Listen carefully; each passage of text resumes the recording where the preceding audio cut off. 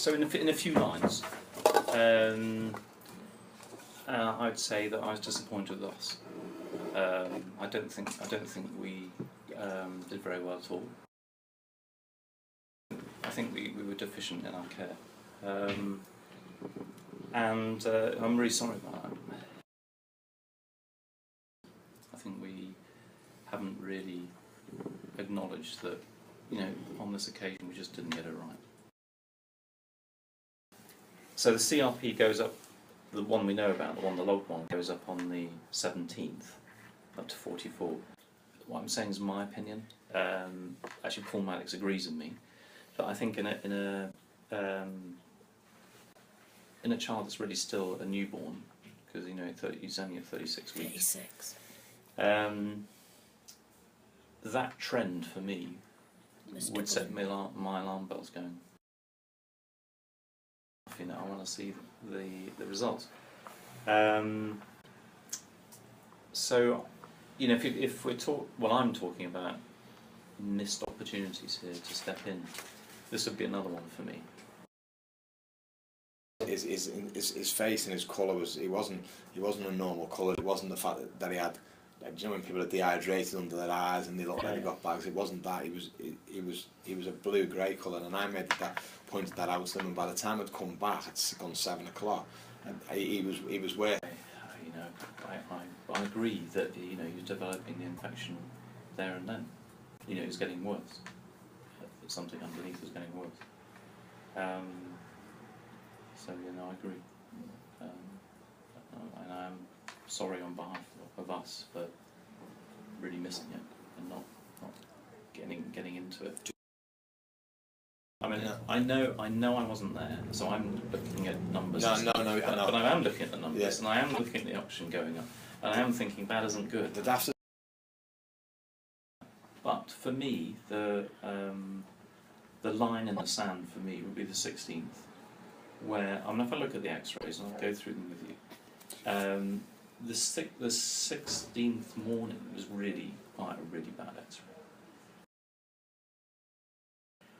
But for me, if you're doing a lung washout to see if there's anything there, why would you do that? It's because you're worried there may be something there. So why not put it on? If you're, let's say, definitely 5 days into this, if you go from the 11th, so you're 5 days in, the chest X is getting worse, a lot worse. The CRP is sneaking up. The phlegm is changing, it's going yellow. You're doing a BAL, you're not going to get that result for 2 days. So for me, that's what yeah, so for me, that would be the time to have done it. So do the BAL, and bang in with the antibiotics. Now, when I spoke to that lot and put it like that to them, I just said exactly like that. I said, look, you've got this, you've got that, you've got that, you've got that. You're doing a BAL. If I was, because I've done court stuff, and I know what it's like. Well, I don't actually know what it's like to be on the barrister thing, but I said to them, if I was a barrister, I'd ask you to be asking these questions. What would you do next, doctor? Why are you doing that test? What are you worried about? What do you do next while you're waiting for the cultures? And they went, yeah, you're right, yeah, we'll give antibiotics. Could I say on my hand on my heart that would stop them from dying? I don't know. Could you give them a chance? But it would have given them a better chance, yeah. And that's got to be, isn't it?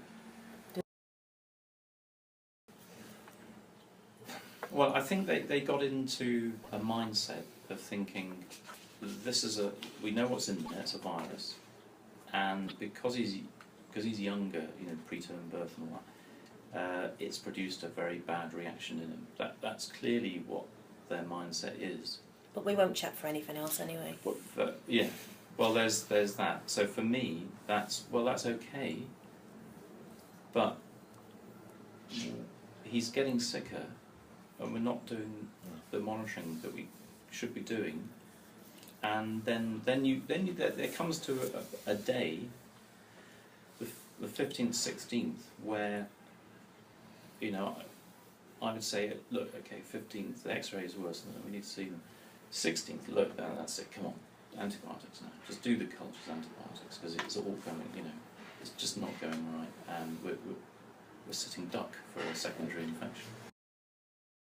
Yeah, so for me it would be looking the whole picture. So by the time the 16th came along, I would be, no, you've just got to do something now. You've got to give them now. My motivation for doing this is because I can see that it's gone wrong. I can see that there are bits of the care that aren't right, and someone needs to front up for it. And so that's why I've come to front up for it, and someone has to do that. And it's about high time someone did, as far as I can see.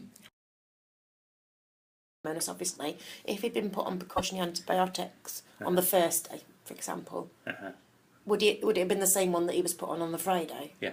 So he'd have been. Yeah. Okay. So that would have treated him. Okay. But I just wanted you to. I didn't want that to hide hide that from me. No, thank you for telling me. I'm sorry about that. Okay. I just want you to know that I'm not covering them. Yeah, and I've made my view clear to my colleagues. Well, in a way, I just took them through this again and said, now look, you're 5-6 days into it, the phlegm's changing, the X-ray's getting worse. What would you be worried about? And what you're doing a BAL. Why are you doing the BAL? So you're obviously worried about bacterial infection. So what are you going to do about it? Put that way, they all agree that you should give antibiotics. The next time a baby comes in, they'll absolutely give antibiotics sooner. 9 times out of 10, we would have done it the way I'm suggesting we would do it. And they seem to have got themselves into a situation of, what the psychologists call groupthink.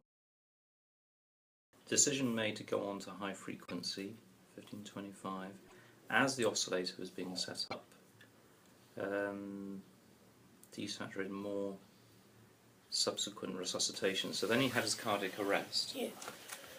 So after the cardiac arrest, then he has an X-ray, and then they discover the air. So we can't say that the air leak caused the arrest.